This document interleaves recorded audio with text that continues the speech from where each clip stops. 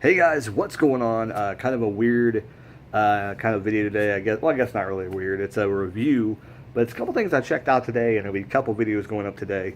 Reviews of wrestling things I checked out. They're fresh on my mind. I'm going to go ahead and upload them. And most likely you will get a third video maybe today, or maybe I'll just upload it tomorrow. It's kind of like a bonus video. It'll be the 2DW video that I believe I might have talked about in another video I uploaded. But the 2DW video that has not been uploaded yet, I believe it hasn't been uploaded. I might have to check that. But it's still on my phone, so I don't think I uploaded it. I think I planned to upload it last week and I didn't. But anyways, let's get going with the wrestling. I actually checked out, what was it called? Straight from the Source, I think. Corey Graves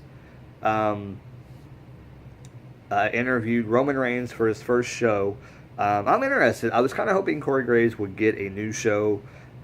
He had that one Culture Shock, and then he had the Tattoo Show, which I thought was pretty interesting. But I mean, like, you can only do so many episodes, I'm sure of that.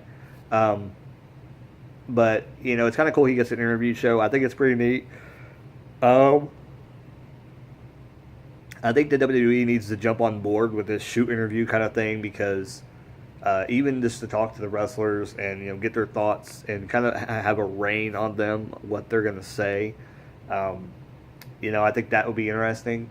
But just getting their thoughts about different things in the business and about the fans and stuff like that, I think it's pretty cool. So Roman Reigns was the first guest. I thought he wasn't, I don't think, in character, but I think he just needs to be a little bit more laid back. And I think that even in this video, you can tell he wasn't like fully who he really is, but I think he was pretty close to who he really was in real real life, in real person. That light behind me is so annoying, but it's trying to record a video. But yeah. It was pretty good. He talked about a lot of different things in the interview. I do really recommend you check it out. Roman Reigns was, he seemed to be very, very humbled by everything that's happened to him over the past couple years. And he talks about a lot about that. And he talks about, the fans, they always call it the polar dynamic or whatever. Which sometimes I get why people they want to boo Roman Reigns. I understand it. But now it's getting to the point where some people are just jumping on the bandwagon and wanting to boo Roman Reigns, just to boo Roman Reigns. I think he's been doing pretty good work, actually, lately. I don't think he's been bad. I think he's improved a lot. There is times where, you see him stumble. But, I mean, for the most part, I think he's done really, really well. And they booked him really well lately in a way that doesn't seem like... I mean, that they want him to succeed, so they're putting him in good positions so that he looks good and he goes over people. And in the positions they put him in, though, it makes sense storyline-wise and stuff like that. So I don't think... So the whole booing has kind of been... And he's actually got cheered in a couple towns there on Raw, so that was pretty interesting to see that happen. But he talks about his... I think it was his brother. His older brother, which was it was a Rosie, I think, from 3 Minute Warning. He was the bigger guy in 3 Minute Warning. I guess he passed away. And the other one, I think, I don't know what's going on with him, but I think he's still alive. I think it was Jamal. Was it Rosie and Jamal? I remember Jamal was his brother, older brother. And Rosie was the one that's still alive. I can't remember. Anyways, one of the guys was, I think, his older brother. But I mean, a lot of the Anoa'i family is, it's huge. They're huge. They're everywhere. So I mean, there's a lot of family members. I mean, Usos are Rikishi's son. I think they're a part of that family as well. Samoan heritage and things.